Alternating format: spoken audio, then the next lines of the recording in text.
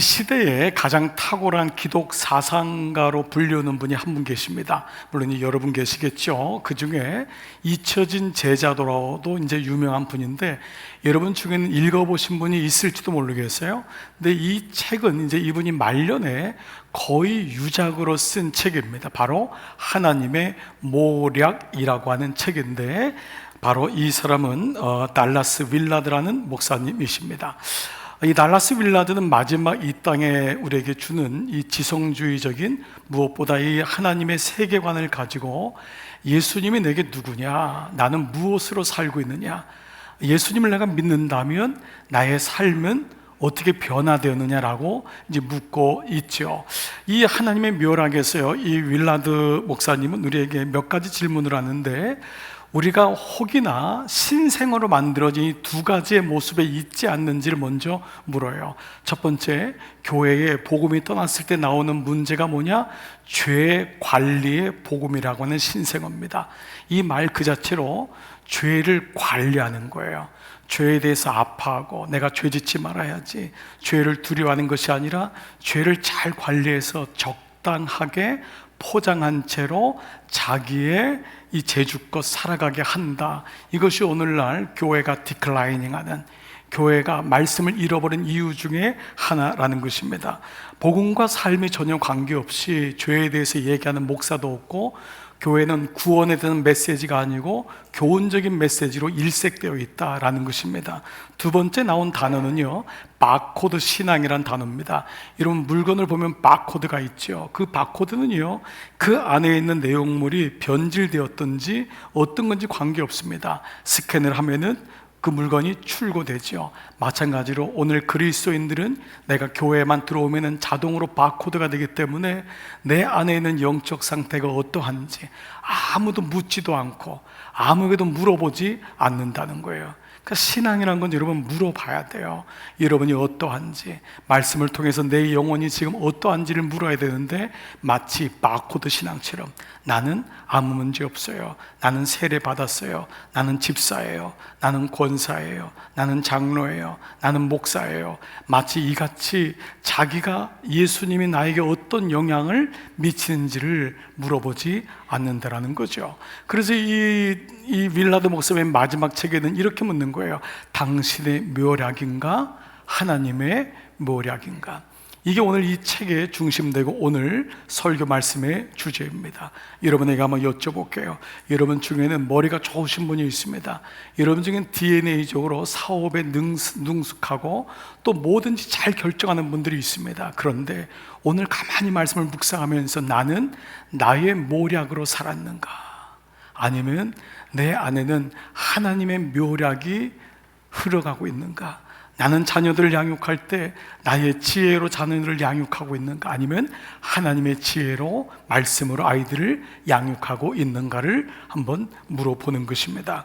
자, 오늘 우리는 지난 한 주 동안 압살롬의 반역으로 인해서 다윗이 피난길에 오르는 말씀을 묵상했습니다. 여러분, 제가 이 시간을 통해서도 꼭 말씀을 드립니다. 우리 교회는 주일날 매일 성경을 따라가기 때문에 주중의 말씀이 묵상이 안 되면 주일 말씀이 잘 안 들립니다. 꼭 여러분이 주중의 말씀을 꼭 따라가시면서 함께 묵상하기를 부탁을 드립니다. 자, 이렇게 다윗이 우유부단함에 걸렸어요. 우리는 지난주에 영적 우유부단함에 걸린 이 모습, 결국 자기가 죄를 지니까 자식들의 죄에 대해서도 얘기하지 못하는 잘못된 결정을 하게 되죠. 결국 압살롬이 반역을 일으킵니다.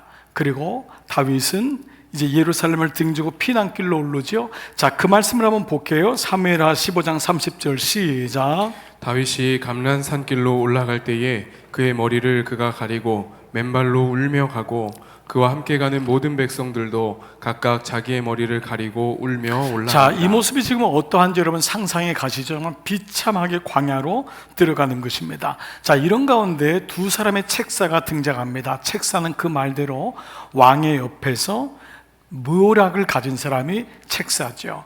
군대가 아무리 커도 책사에 따라서 전쟁의 승패가 갈라집니다. 압살롬의 책사는 누구냐? 아히도벨입니다. 다윗의 책사는 누구냐? 후세죠. 여러분이 아시는 대로 아히도벨은 원래 다윗의 편이었죠. 그렇죠? 다윗의 책사였어요. 그러다가 압살롬이 반역할 때 압살롬으로 붙은 사람입니다. 후세는 다윗의 책사입니다. 그랬다가 이제 목숨을 걸고 위장해서 압살롬의 그 궁까지 들어가는 사람이 후세죠. 자, 오늘 본문은 이렇게 다윗이 피난길을 가는데 다윗을 떠나서 압살롬에게 붙었던 책사인 아히도벨이 기가 막힌 묘략을 내서 이제 이 전쟁을 끝내려고 합니다. 그게 어떤 거죠? 오늘 밤 왕이요. 이 왕은 아니죠. 아직 이 압살롬이요. 이 사람은 왕이 될 거니까 자기 마음에는 이 압살롬에게 뭐라 그래요? 오늘 밤 군대 12,000명만 주면은 끌고 가서 초토화시켰다는 거예요. 지금이 기회입니다. 전쟁은 타이밍입니다. 요때 놓치면 안 됩니다. 지금 쫓아가서 백성들 쫓아가면 다 놀래서 다윗의 군대도 흩어질 거고, 그때 백성들을 죽이면은 당신의 명성에 금이 가니까 다윗 그놈만 죽이면 됩니다. 다른 거 소용없고 다윗만 죽이면 됩니다. 다윗 하나 죽이면 다 무너집니다. 그러니까 이 사람은 전략이 아주 뛰어나고 전쟁의 본질을 알고 있는 사람인 거예요. 자, 그래서 그 전략이 얼마나 훌륭했는지 그 다음 17장 4절 압살롬과 이스라엘 장로들이 다 그 말을 옳게 여기더라. 어느 정도 전략이 탁월했으면 뭐 모든 사람이 다 야, 정말 대단하다 이랬던 거예요. 자, 그런데 먼저 우리는 이 아히도벨이 누구길래 멀쩡하게 다윗의 편에 붙어 있다가 아들 압살롬이 반역할 때 압살롬 편에 들어가서 스스로가 압살롬의 책사로 자청했을까라는 것입니다. 자, 우리 성서학자들은요, 이 사무엘하 23장 보면은 다윗이 마지막 유언의 시를 합니다. 그러면서 다윗의 용사들에 대한 이름이 올라와요. 그 이름 중에 아히도벨이란 이름이 나와요. 그러면서 이제 아들 이름이 등장해요. 그리고 사무엘하 11장, 여러분 이미 묵상했지만 밧세바에 대한 얘기가 나오면서 밧세바의 아버지가 누군지가 얘기해요. 자, 그런데 결국 뭐죠? 이 아히도벨이 누구냐? 밧세바의 할아버지입니다. 밧세바의. 성사학자들은 여기 대해서 대부분 많이 동의를 하고 있어요. 자, 그 이제 명단이 나오는 거예요. 그러니까 여러분, 이 내용인즉 어떤 일이 일어난 거죠? 자기의 손주 사위를 다윗이 죽인 거예요.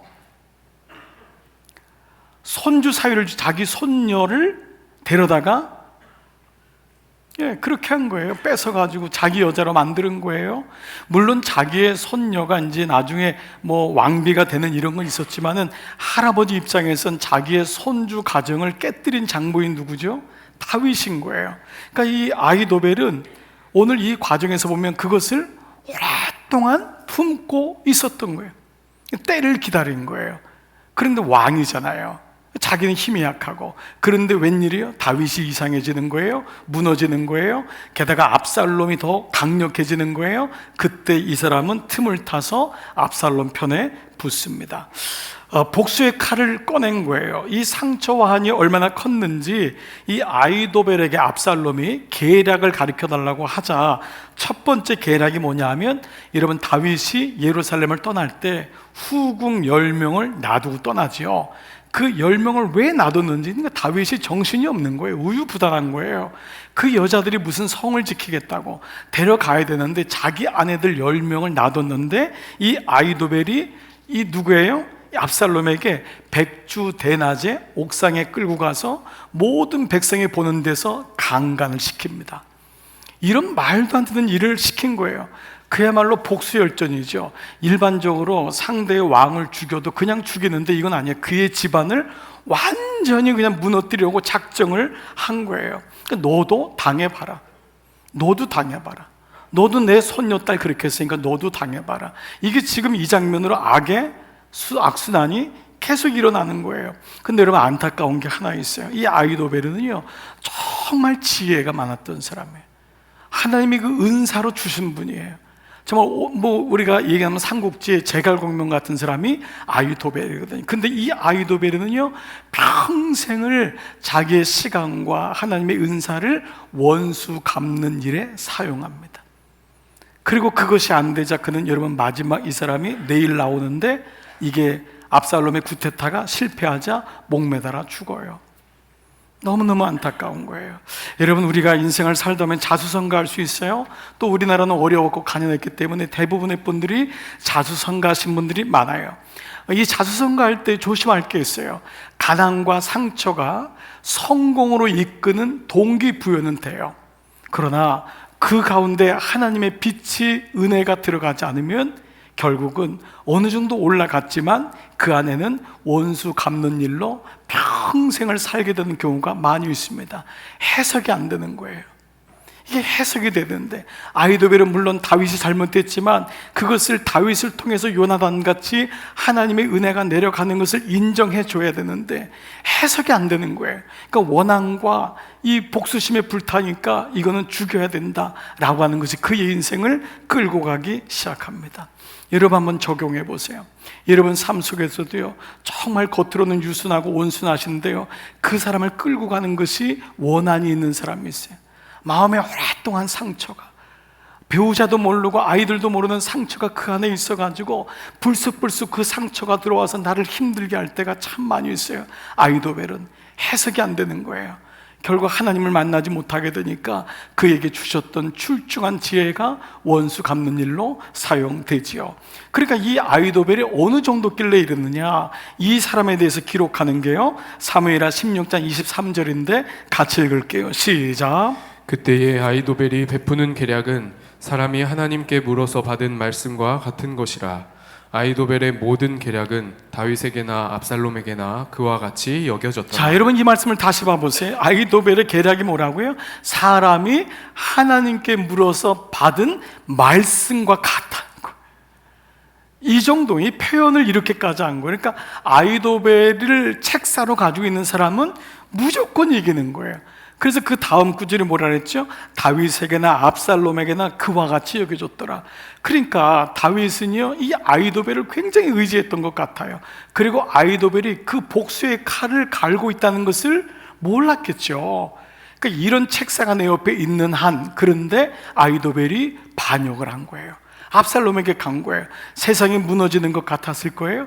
동시에 아히도벨은 천군만마를 만난 겁니다. 이 아히도벨 같은 사람이 내 책사로 오니까 이번 전쟁은 이건 볼 것도 없다, 이 정도가 됐을 거예요. 자, 그런데 전혀 예상 밖의 일이 진행됩니다. 아히도벨의 말을 잘 들었던 압살롬이 그대로 가면 돼요. 그대로 했으면은 그날 밤 다윗은 죽습니다. 그가 말한 건 정말이에요. 전쟁의 ABC를 정확히 아는 사람이에요. 자, 그런데 이 압살롬이 갑자기 아히도벨을 뒤로 부르고 누구를 부르죠? 후세를 부르는 거예요. 이상한 일이 일어났습니다. 지난주에는 다윗이 이상해졌어요. 오늘은 이 시간은 압살롬이 이상해졌어요. 이상한 일이 벌어진 거예요. 자, 그 말을 보세요. 17장 5절. 압살롬이 이르되 알렉 사람 후세도 부르라. 우리가 이제 그의 말을 듣자 아니라. 아니, 그냥 아히도벨 말 듣고 행했으면 전쟁에서 이길 텐데 갑자기 뜬금없이 후세의 말을 듣자고 하는 거예요. 후세는 지금 뭐죠? 위장돼 가지고 다윗의 사람인데 압살롬 쪽에 들어가 있는 사람이거든요. 그야말로 스파이입니다. 그러니까 지금 이 같은 가운데 있는데 여기서 성서학자들은 왜 압살롬이 바뀌었을까? 아마도 압살롬은 두려운 사람은요, 다른 사람이 크는 거를 견디지 못하거든요. 아히도벨이 너무 갑자기 커지는 거예요. 아히도벨의 계략을 다 따라가니까 이게 맞긴 맞는 것 같은데 자기가 왕이 될 건데 자기가 작아지는 것 같은 그 생각이 많아진 거예요. 그 생각이 많아진가 결국은 잘못된 결정을 하게 되죠. 자, 결국 여러분 우리가 깨닫게 되는 거죠. 근데 이 압살롬에게 이 후세가 뭐라고 얘기하죠? 왕이요, 아히도벨의 말은 옳지 않습니다. 지금 가면 안 됩니다. 다윗은, 당신 아버지는 어려서부터 용사입니다. 그 주변에 있는 사람도 전쟁에 익숙한 사람입니다. 지금 쫓아간다고 했다가 다 죽습니다. 분명히 그들이 매복을 했거나 아니면은 다윗은 다른 데 있을 것입니다. 그러므로 왕이요, 왕은 온 이스라엘의 군대를 다 모으십시오. 그러니까 뭐죠? 시간을 벌어주는 거예요. 다윗이 도망갈 수 있는 시간을 후세는 돌아주는 거예요. 모든 군대가 다 모인 다음에 압살롬, 당신이 가서 다윗을 치십시오. 시간이 필요한 거예요. 자, 이렇게 되니까 압살롬은 또 내가 우쭐해지니까 보니까 후세 말이 오는 것 같아요. 여러분 아시죠? 압살롬이 누구의 말을 따르죠?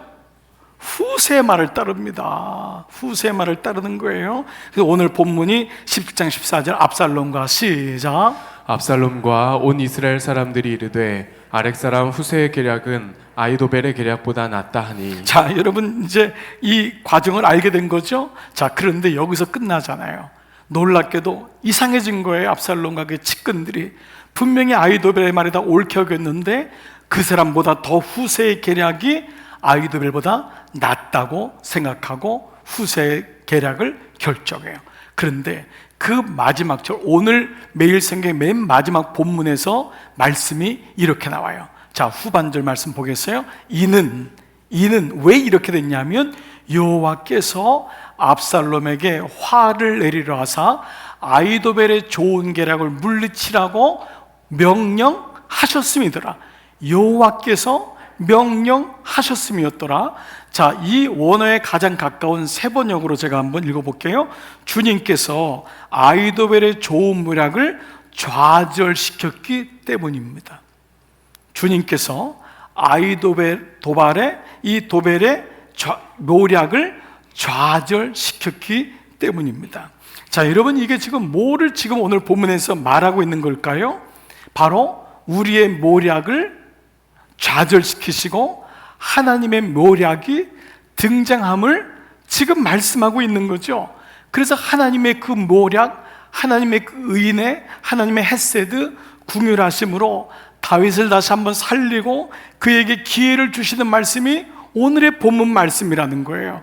그렇다면 오늘 우리가 읽었던, 여러분이 알고 있었던 이 주제의 본문의 주제는 두 책사 아히도벨과 후세의 이야기가 아니에요. 또 어떤 사람을 옆에다가 두는 것이 좋으냐라는 것이 이 본문의 메시지가 아니에요. 우리가 자녀들에게 좋은 친구, 좋은 멘토가 있어야 되는데 라고 해서 그것이 인생에 도움이 된다도 아니에요. 더더군다나 이 아히도벨의 인생이 되지 말고 후세의 인생이 되지 말자도 아니에요. 하나님이 주신 좋은 은사와 재능을 하나님을 위해 쓰자도 아니에요. 그 이상이라는 거예요. 이것이 그 정도의 교훈의 메시지가 아니라는 거예요. 자, 다시 사무엘하 10장 14절. 이는 여호와께서 명령하셨음이었더라.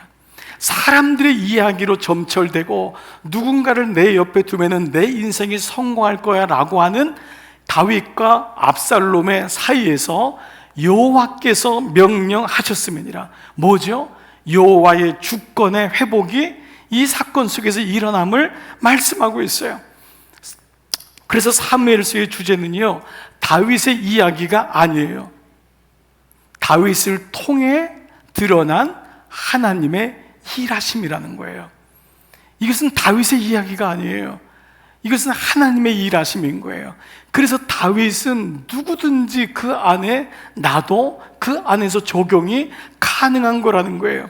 그래서 인생에서 하나님이란 단어가 빠져있는, 하나님의 단어가 사라질 때, 즉 역으로 말하면 나의 묘략이 성공될 때, 하나님의 단어가 사라질 때, 역으로 말하면 나의 묘략이 성공될 때 어떤 일이 일어난지를 밧세바 사건부터 자녀의 피비린내 나는 사건부터 해서 오늘 피난까지 가면서 이 모든 무너지는 것을 하나하나 세세하게 세밀하게 숨김없이 드러내고 있는 거예요. 즉 하나님의 묘략이 들어갈 때 나의 묘략이 폭로됨을 사무엘서에서 말씀하고 있는 거예요. 자, 이 말씀을 가지고 우리가 본다면은 창세기 6장 5절 여호와께서 사람의 죄악이 세상에 가득함과 그의 마음으로 생각하는 모든 계획이 항상 악할 뿐임을 보시고, 이게 뭐죠? 인간의 마음에 선한 것이 아무것도 없다는 거예요. 인간의 묘략이, 인간의 재주와 인간의 생각이 선한 것 같고 나름대로 잘 가는 것 같은데 그 시간이 오히려 나의 묘략이 성공되는 그 시간이 밧세바를 만나는 시간이 가까워지고 있다는 거예요. 여러분, 이건 대단히 역설적인 거예요. 그런데 이 눈을 가지고 보질 않으면 우리는 좋은 사람을 옆에 두면 인생에 성공해, 나는 아이도벨이 될 거야 라고 하는 거기서 멈출 수 있다는 거예요. 내가 어떤 존재냐, 모든 생각과 마음으로 생각하는 모든 그에게 항상 악할 뿐임을 보시고, 내가 어떤 존재인지를 성경은 계속 말하고 있는 거예요. 나의 모략으로 살아왔던 내 모습이 어떠한지를. 그래서 여러분, 달라스 윌라드의 그 고백이 뭐냐 하면, 당신의 인생이 교회 안에 있지만 믿음으로 살았지만 한번 물어보자는 거예요. 나는 나의 묘략이 큰가? 하나님의 묘략을 의지하고 있는가? 라고 하는 거예요. 자기 진단이 잘못되면 처방도 잘못되고 약도 없습니다. 여러분은 여러분 스스로에 대해서 어떻게 생각하십니까? 초반에 말씀드렸듯이 DNA적으로 굉장히 결정이 빠르고, 그래서 여러분 수에도 능하고 계산도 빠르고 세상 돌아가는 게 빠르신 분이 있어요. 공부도 잘하고 어디 가면은 금방금방 이게 가요. 그런데 여러분, 이 공통점이 있습니다. 이분들이 하나님 앞에 나오기가 어려워요. 여러분 자신을 가만 보십시오. 지금 여러분이 그냥 모태신앙으로 미션스쿨 나왔기 때문에 나온 것이 아니라 하나님 앞에 나의 지략, 나의 묘락을 내려놓는 것이 이게 만만한 게 아닙니다. 그 IQ 몇 차이 안 나는데도 그 차이가 대학에 어떤 것에 들어가고 내 직장이 어떻고 배우자가 어떠냐에 따라서 인생이 끊임없이 내 인생을 끌고 가는 것이 나의 묘락이 될 때가 많다는 거예요. 그러니까 내 자신이 하나님의 묘락 앞에서 정말 아무것도 아니다라는 것을 깨닫는 것이 만만치 않다는 거예요. 자, 이것을 내 삶 속에서 경험하고 있느냐라고 지금 묻는 거예요. 여러분에게 한번 다시 또 여쭤볼게요. 여러분은요, 하는 것마다 여러분의 생각대로 지금 잘 되고 계십니까? 지금 다시요, 여러분이 지금 계획하고 있는 게 여러분의 생각대로 잘 되고 계십니까? 오늘 사무엘상의 말씀으로 제가 답을 드릴게요. 조심해야 할 때입니다. 아주 조심해야 할 때예요. 여러분 부모님이 여러분 자녀들이 지금 볼 때 여러분의 기도대로 잘 돼가고 있는 것 같이 보이십니까? 축하드려요. 감사해요. 그러나 기도하는 어머니라면 이때가 위기구나, 이거를 아는 사람이에요. 대부분 여기서 믿음을 놓치고 돈 때문에, 명예 때문에, 직장 때문에 하나님 놓치는 경우가 너무 많아요. 자기의 모략은 성공했는데 하나님의 모략은 잃어버린 거예요. 그래서 하나님이 가장 기뻐하시는 기도가 뭐냐? 오늘 본문에 따르면은 나의 모략이 좌절되었을 때의 기도인 거예요. 여기서 사람은 기도합니다. 여러분이 언제 기도하세요? 가만히 봐보세요. 여러분이 언제 하나님 앞에 정말 진실된 마음으로 나가세요? 나의 묘락이 좌절됐을 때. 언제 다윗이 기도했습니까? 골리앗 앞에 섰을 때 기도했다고요. 두렵고 떨리는 마음으로 칼과 떨림 사이에서 기도했잖아요. 어느 날 왕이 된 다음에 다윗에게 사라진 게 있어요. 기도가 사라지는 거예요. 왕궁에 거닐다가 밧세바 보니까 남의 아내인데 건들면 안 되잖아요. 거기서 문제가 터지는 거예요. 어디까지요? 자기의 충복을 전쟁터에 내보내는 데까지. 그러면서 자녀들이 피바다가 일어나는데 거기서 한 가지 공통점이 있는 게 뭐냐 하면 다윗에게 기도라는 단어가 사라지기 시작해요. 예배란 단어가 사라지기 시작해요. 그러면 다윗이 예배를 안 드렸냐? 드렸어요. 제사 드렸어요. 뭐죠? 하나님 앞에서의 예배가 아니라 사람들 가운데서의 예배인 거예요. 사람들이 다윗이니까, 저 정도 됐으니까.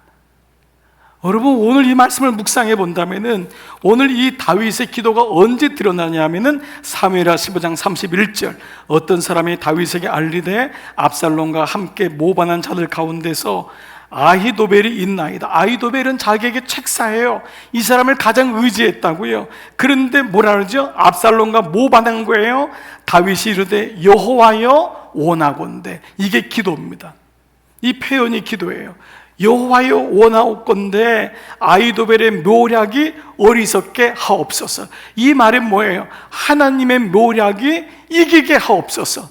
뭐를 회개하고 있는 거죠? 내가 그동안 아히도벨의 묘략을 의지하고 있었습니다.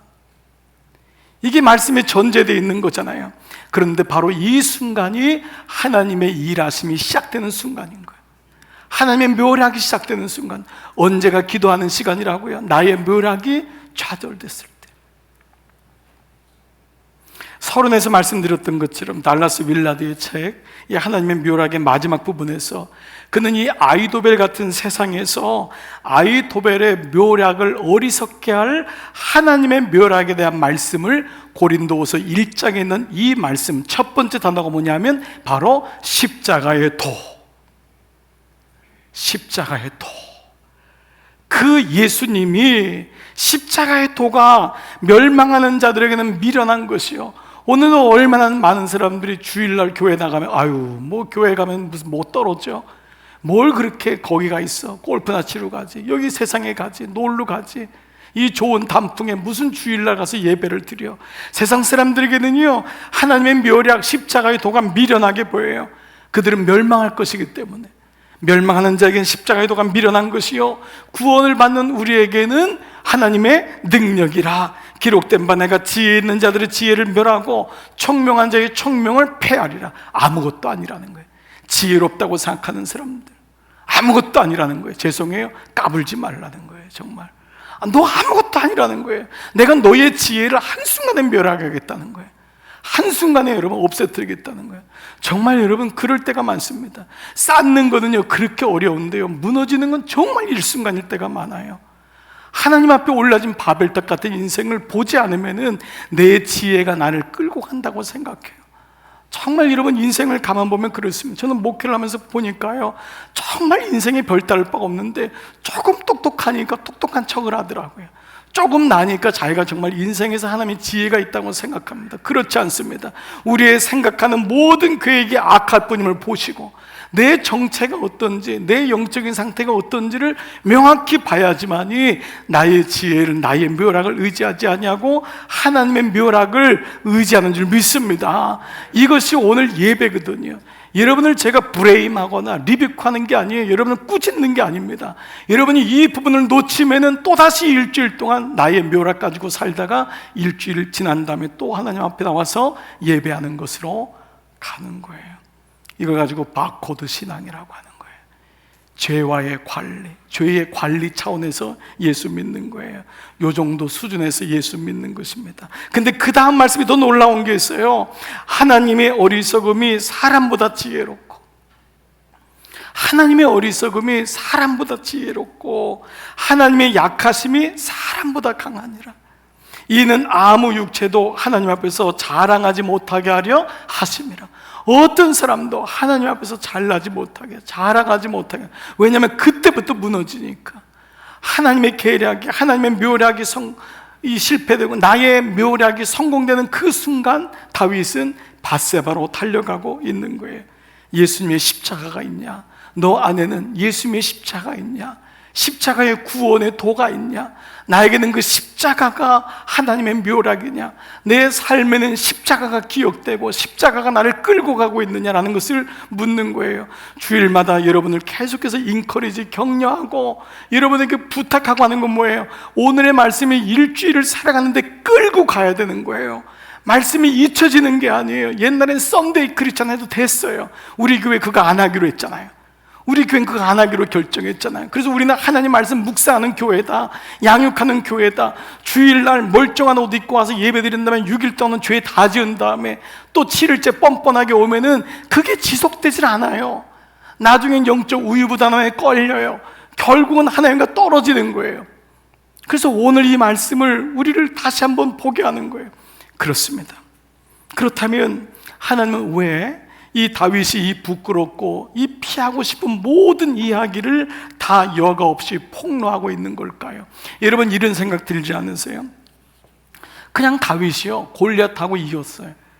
그 다음에 공주하고 결혼하고 좀 뭐 고생은 했겠지만 마침내 행복하게 살다가 왕이 되었다. 해피엔딩, 뭐 희망 고문이라도 뭐 이렇게 좀 하면은 그나마 좀 얘기될 것 같지 않으세요? 그런데 하나님은 이렇게 하지 않는 거예요. 또 하나님은 이런 다윗을 예수님의 조상으로까지 세우셨어요. 이번 주 한 주 내내 지난 한 주간의 말씀 중에 이 구절이 계속 묵상되는 거예요. 온 땅 사람이 큰 소리로 울며 모든 백성이 앞서 건너가며, 이 다윗이 피난길이에요. 왕도 기드론 시냇가를 건너가니 건너간 모든 백성이 광야길로 향하니라. 모든 백성이 광야길로 향하니라. 이 말씀이 매일마다 묵상이 됐어요. 누워있는데도 이 말씀이 떠오르고, 설교를 준비하는 내내 이 말씀이 떠오르는 거예요. 모든 백성이 광야길로 향하니라. 이게 인생이구나. 이게 인생임을 정확하게 말씀하고 있구나. 꽃길이 아니라 인생은 광야구나. 여기에 대한 분명한 정체성이 없으면, 정의가 없으면, 진단이 없으면 잘못된 인생을 사는 거예요. 인생이 광야구나. 그런데 광야는 내 힘으로 살 수 없는 곳이거든요. 나의 모략이 좌절되는 게 광야거든요. 광야는요, 아무도 도울 사람이 없어요. 광야에서는요, 돈도 화폐의 기능을 유지할 수가 없어요. 오직 광야는요, 나의 계획, 나의 모략이 좌절되는 것이 광야구나. 그래서 광야라고는 히브리 말이요, 이 미드바르라고 하는 단어거든요. 민수기가 광야에서, 그래서 창세기, 출애굽기, 레위기, 민수기가 히브리 말로 미드바르입니다. 근데 미드바르는요, 말씀이라고 하는 다바드에서 온 단어예요. 다바르에서. 그러니까 광야와 말씀이 같은 어원이라는 거예요. 역설적이지 않습니까? 무슨 말이죠? 비로소 광야에 들어가야지만이 하나님의 말씀이 들린다는 거예요. 광야에서만이 하나님을 전적으로 의지할 수 있다는 거예요. 광야라는 것을 알아야지만이 우리의 삶에 때로는 오아시스를 만나고 12주가 되는 엘림을 만나도 그 가운데서도 하나님의 모사를 의지할 수 있다는 거예요. 여러분 인생을 가만히 봐보세요. 여러분 중에 좋은 차를 타고 다니는 분이 있을 거예요. 여러분 중에 좋은 집에 있는 분이 있을 거예요. 그게 문제예요? 그게 무슨 문제예요? 기초적인 여러분 악유를 할 필요가 없어요. 여러분 중에 어떤 분은 나는 가난하니까 하나님이 더 나를 궁히 여길 거야. 여러분 그런 성욕 구절이 있어요? 없어요. 문제는 뭐예요? 우리 인생 가운데 광야는요, 집이 크든 작든 오아시스를 만나든 엘림을 만나든 다 광야인 거예요. 근데 그 광야 속에서 좋은 차를 타고 다닐 수도 있어요. 노후가 보장될 수도 있어요. 근데 중요한 거는 그 가운데서 하나님의 묘략이 진행되고 있냐라는 거예요. 가난하다고 해서 하나님의 묘략이 있고 부하면은 하나님의 묘략이 없어요. 그래서 아직까지도 기초적인 데 걸리는 사람이 있어요. 저분은 좋은 차 타고 다니네. 그게 뭐가 잘못된 거예요? 여러분 그렇지 않아요. 누리세요. 여러분 삶에 주어진 것들이 하나님의 축복인 거예요. 근데 문제는 뭐냐? 그것만 보면 안 되는 거예요. 그게 인생이 아니거든요. 하나님 왜 나를 후대하시나요?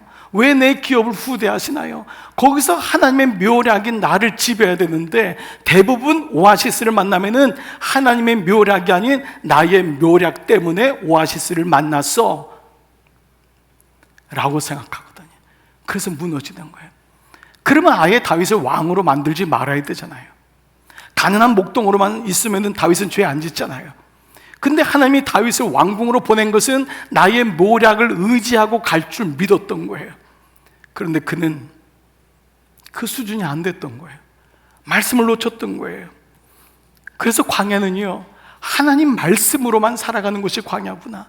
이 땅은 광야구나. 아무리 부자도 병들고 아무리 있어도 생명이 유한하구나.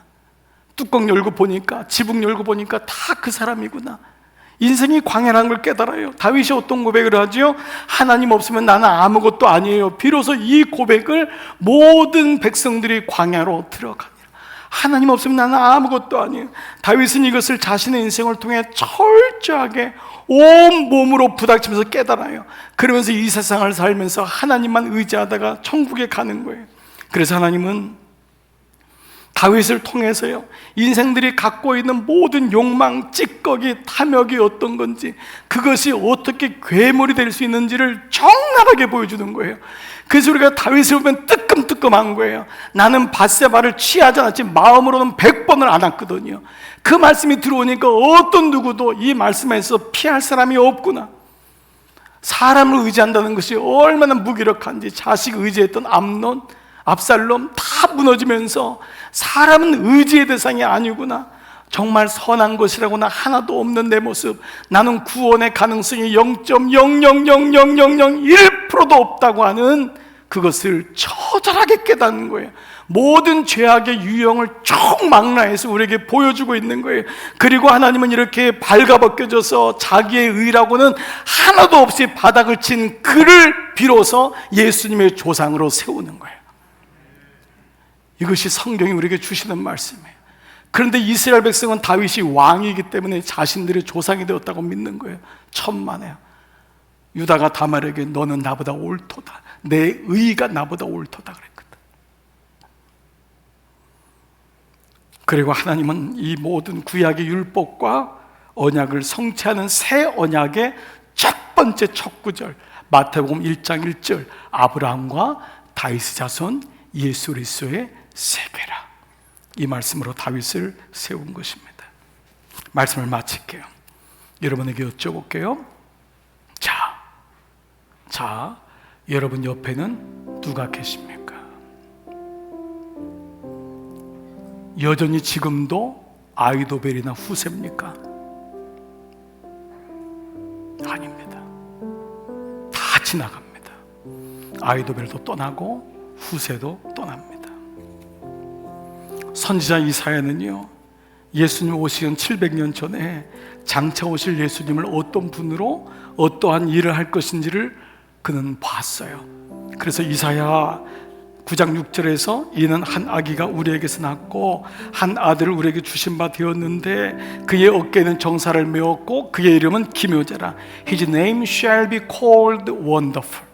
그의 이름은 기묘자라, wonderful. 그리고 그는 모사라, 카운셀러.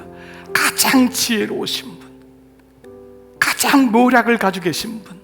모사는 모략을 가지고 계신 분이잖아요. 그 예수님이 모사라, Almighty God, 전능하신 분이라, 영존하신 아버지라, 평강의 왕이라 할 것입니다. 그 예수님이 바로 하나님의 묘략이심을 말씀하고 있는 거예요. 그래서 여러분 옆에 보여지는 그 사람도 귀하고 그 사람이 힘이 되지만 여러분 정말 옆에 계신 분은 바로 예수 그리스도, 그분이 내 옆에 계시다는 것. 이것이 오늘 예배를 드리는 이유인 것입니다. 내 옆에 이 물질 때문에 내가 그나마 삶이 괜찮고 그 보여지는 건 잠시 있다가는 거예요. 그거는 또 두려움을 주고 또 걱정을 줘요. 거기 붙잡히게 만드는 거예요. 본질을 명확하게 말씀으로 파악하고 있을 때만이 예수 그리스도만이 영원하시는 영존하시는 아버지요, 그분만이 카운셀러, 그분만이 영원한 묘략을 가진 모사다 라고 말씀하고 있는 거예요. 사랑하는 여러분, 예수님이 여러분 곁에 계세요? 그러면 여러분은 그분을 어떻게 신실하게 고백하고 그분과 함께 동행하고 계신가요? 제가 좀 몸이 힘들었을 때 오카넨 목사님의 그 일화를 듣고 다시 제 믿음을 다시 한번 본 적이 있었어요. 그 옥 목사님이 후배 목사님하고 이렇게 얘기를 건네는 것을 얘기하는 거예요. 김 목사, 바울은 말이야, 육체에 가시가 바울도 있다고 했잖아. 바울이 육체에 가시가 많았잖아요. 아주 너무 힘들었던 거예요. 그래서 그는 3번이나 기도했다고 했잖아. 이 3번은 짧게 기도한 게 아니라 아주 목숨을 걸고 고쳐달라고 3번이나 기도한 거예요. 그런데 하나님이 내 은혜가 내게 족하다 라고 했지. 내 은혜가, 그러니까 안 고쳐주신 거예요. 내 은혜가 내게 족하다 그랬잖아. 그랬으면 바울은 또다시 그 병을 낫게 해달라고 기도했을까? 라고 물었더니 후배 목사님이 안 했을 것 같은데요 라고 하자 옥 목사님이 이렇게 말했어요. 그럼 나은 거네. 그때부터는 그거는 병이 아니고 하나님이 자기의 마음을 알라고 주신 은사가 되겠네. 그때부터는 그건 병이 아니고 약할 때 강함 되시는 하나님을 의지하며 살라고 하시는 하나님의 은혜가 되겠네. 꼭 병이 나야지만 하나님이 살아계시고 내 기도를 응답하셔야지만 하나님이 살아계신 게 아니네. 그러니 나를 안 고쳐주셔도 내가 그분을 신뢰할 수만 있다면 이보다 더 좋은 게 어디 있겠어.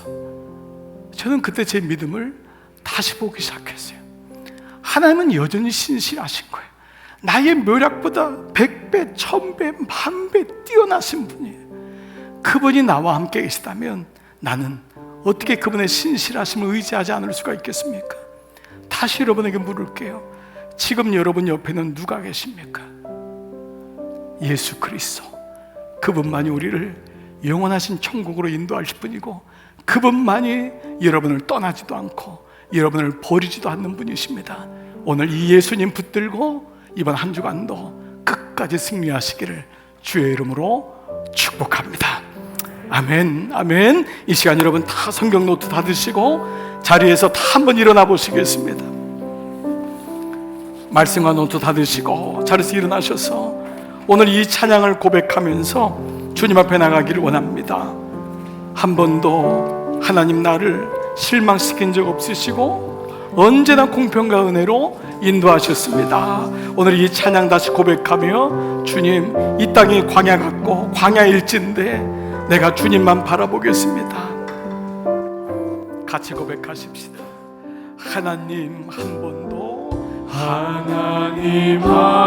번도 나를 실망시킨 적 없으시고 실망시킨 적 없으시고 언제나 공평과 은혜로 나를 지키셨네. 지나온 모든 세월들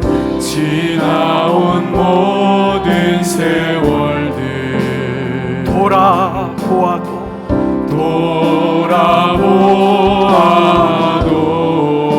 그 어느 것 하나 주의 손길 안 미친 것 전혀. 우리 같이 하나님을 고백하며 찬양합시다. 오신실하신 주, 오신실하신 주, 내 너를 떠나지도 않으리라. 내 너를 버리지도 않으리라. 약속하셨던 주님, 그 약속을 지키사 이후로도 영원토록 하나님의 묘약을, 하나님의 신실하심을 의지하세요. 잊지 마세요. 오 신실하신 주, 오 신실하신 주, 하나님의 음성을 들어보세요. 하나님이 여러분에게 말씀하세요. 내가 너를 떠나지도 않을 것이며 내가 너를 버리지도 않을 것이니 너는 나를 바라보라. 너는 나를 끝까지 바라보라. 약속하셨던 주님, 그 약속을 주님은 지키세요.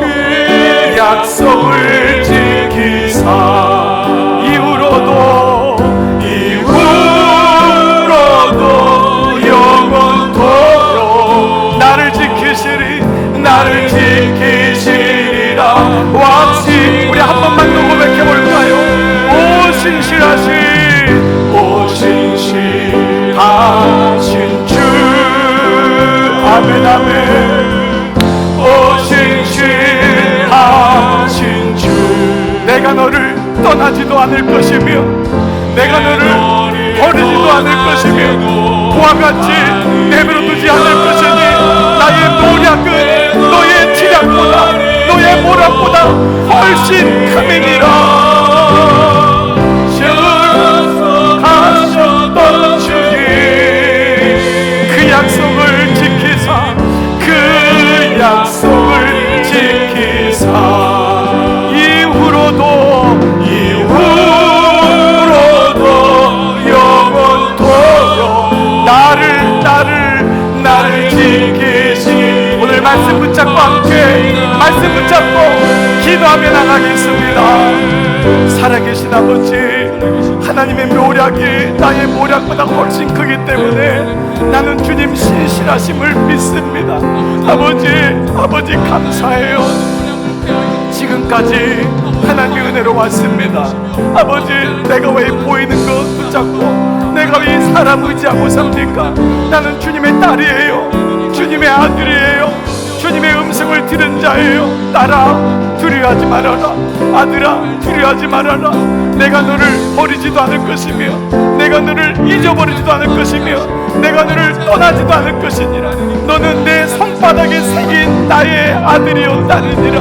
아버지, 오늘 이 아침에 종들의 모략, 나의 모략을 패하여 주옵소서. 나의 모략이 좌절되게 하여 주옵소서. 하나님의 모략만이 살게 하시옵소서. 우리 가정, 내게 주신 기업, 하나님의 모략이 이끌어가게 하옵소서. 기도하고 하나님 앞에 엎드립니다. 하나님, 내게 말씀해 주세요. 내가 이 아이를 어떻게 키워야 될지, 내가 알 도리가 없어요. 내가 이 위기를 어떻게 이겨야 될지, 내가 이 병마를 어떻게 끊어버려야 될지, 내가 도대체 방법이 없어요. 하나님, 그런데 하나님의 모략 놀라워서 모든 모략은 십자가의 도로 예수 그리스도로 하나님, 오늘 이 아침 예배하는 종들에게 하나님의 영을 부어주시기를 원합니다. 두려워하지 마라. 놀라지 말아라. 내가 너를 내 손바닥에 새겼노라. 내가 너를 떠나지 않을 것이며 버리지도 않을 것이라. 내가 너와 약속한다. 이것이 나의 약속이다. 너를 구원의 계보로 삼을 것이니라. 아멘, 아멘. 오 신실하신 하나님, 오 신실하신 주 아버지, 감사합니다. 주님의 신실하심을 찬양합니다. 신실하신 주, 내 너를 떠나지도 아니하며 내 너를 떠나지도 내 너를 버리지도 아니할 것이 내 너를 버리지도 않으리라. 약속하셨던 주님, 그 약속을 지키사 이후로도 영원토록 나를 지키시리라 확신하네. 아버지 하나님, 감사합니다. 바세바 같이 다윗같이 다 무너졌는데도 하나님이 우리를 부르셔서 다시 모른 채 하시고 다시 우리를 일으켜 주셔서 내가 너에게 약속했기 때문에 나는 너를 절대 떠날 수도 없고 버릴 수도 없다고 주님 말씀하세요. 나의 의로 살고 내가 머리 똑똑해서 온 줄 알았는데 하나님의 은혜였습니다. 하나님, 병들어도 사업이 망해도 나는 하나님의 신실하심을 정말 믿고 싶고, 하나님, 이것이 믿음이라면은 하나님, 나에게 이 길을 보여주시기를 원합니다. 너무 자주 넘어지고 하나님 어디 계신지 몰라서 너무 아파하는 교인들이 많습니다. 하나님, 오늘 이 아침 사랑하는 종들이 답답하여 주 앞에 울부짖을 때, 그때 하나님 그냥 자리에서 일어나셔서 하나님, 네가 너의 모략을 포기하니 내가 너를 어찌 사랑하지 않을 수가 있느냐. 우리의 모략이 좌절되고 그게 끝나는 것 같은데 하나님이 아닙니다. 하나님의 방법이 시작되는 때입니다. 바닥을 치고 넘어지고 쓰러진 것 같은데 그때가 다시 일어나는 때인 것을 오늘 말씀을 통해 다시금 깨닫습니다. 하나님, 그것이 주님의 약속 때문이라고 말씀하십니다. 오늘 머리 숙인 종들이 주님의 묘락 앞에 굴복합니다. 주님, 나의 의와 나의 모략을 내려놓습니다. 나의 모든 자랑했던 육체를 내려놓습니다. 하나님, 하나 주시고 이제 이번 한 주간 나의 인생길 가운데 넘어지고 자빠질지라도 하나님의 신실하심을 믿고 끝까지 묵묵히 주님 바라보고 나가게 하여 주시옵소서. 오늘 머리 숙인 모든 종들과 자녀들 위해 주님 허락하신 귀한 가정과 기업 위에 특별히 생각지 못한 병마로 인하여 너무도 고통스럽고 어려워하고 있는 종들에게, 자녀의 문제로 피눈물을 흘리고 있는 사랑하는 종들에게 성부와 성자와 성령의 은총이 머리 숙인 모든 종들 머리 위에 이제로부터 영원토록 함께 하시기를 간절히 축원하옵나이다. 아멘.